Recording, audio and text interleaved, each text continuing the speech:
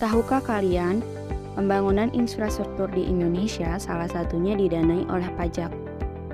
Menurut Kementerian Keuangan, sumber pendanaan proyek pembangunan infrastruktur salah satunya berasal dari APBN yang 70%-nya berasal dari pajak. Ngomong-ngomong soal pajak, apa sih pajak itu? Menurut Undang-Undang Republik Indonesia Nomor 16 Tahun 2009 tentang perubahan ketiga atas Undang-Undang Nomor 6 Tahun 1983 tentang ketentuan umum dan tata cara perpajakan pada pasal 1 ayat 2, disebutkan bahwa pajak adalah kontribusi wajib kepada negara yang terutang oleh orang pribadi atau badan yang bersifat memaksa berdasarkan undang-undang dengan tidak mendapatkan imbalan secara langsung dan digunakan untuk keperluan negara bagi sebesar-besarnya kemakmuran rakyat. Lalu, apa fungsi pajak?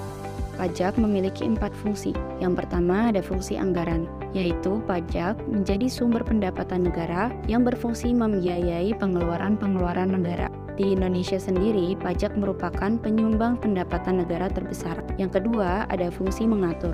Pemerintah dapat mengatur pertumbuhan ekonomi melalui kebijaksanaan pajak. Fungsi yang ketiga ada fungsi stabilitas. Adanya pajak ini maka dapat mengatur peredaran uang di masyarakat sehingga inflasi dapat terkendali. Caranya yaitu dengan pemerintah dapat membuat atau mengeluarkan kebijakan perpajakan yang sesuai untuk mengatasi permasalahan yang ada. Dan fungsi yang keempat atau yang terakhir yaitu fungsi retribusi pendapatan. Pajak yang dipungut digunakan untuk membiayai semua kepentingan umum seperti membiayai pembangunan sehingga dapat membuka kesempatan kerja dan meningkatkan pendapatan masyarakat. Nah, berdasarkan instansi atau lembaga pemungutnya, pajak di Indonesia dibagi menjadi 2, yaitu pajak pusat dan pajak daerah. Berikut penjelasan mengenai keduanya. Pajak pusat atau biasa disebut pajak negara adalah setiap pungutan yang wajib dibayarkan oleh wajib pajak, baik orang pribadi maupun badan, kepada pemerintah pusat. Dapat diartikan bahwa pajak pusat ini diatur oleh pemerintah pusat melalui DJP dan hasilnya digunakan untuk kepentingan negara. Contoh-contoh pajak pusat adalah pajak penghasilan atau PPH, pajak pertambahan nilai atau PPN, pajak pemilihan bangunan atau PBB, bea materai, pajak pertambahan nilai atas barang mewah, PPN, BM, dan cukai. Pajak daerah merupakan kontribusi wajib kepada daerah yang terutang oleh orang pribadi atau badan yang bersifat memaksa berdasarkan undang-undang dengan tidak mendapatkan imbalan secara langsung dan digunakan untuk keperluan daerah bagi sebesar-besarnya kemakmuran rakyat. Pajak daerah sendiri memiliki ciri-ciri spesifik. Berikut ciri-ciri spesifik.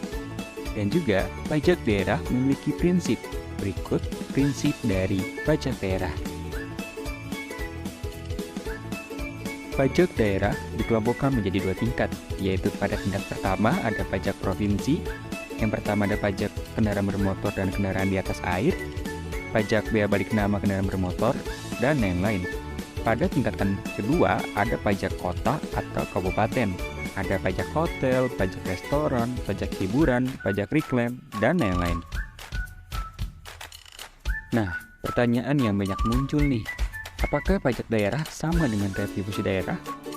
Retribusi daerah merupakan pungutan yang didapatkan karena pemberian izin atau jasa yang telah diberikan oleh pemerintah daerah untuk kepentingan pribadi atau suatu badan. Pajak daerah sendiri imbalannya secara tidak langsung, sedangkan retribusi daerah imbalannya secara langsung. Jadi, pajak daerah dan juga retribusi daerah itu berbeda ya teman-teman.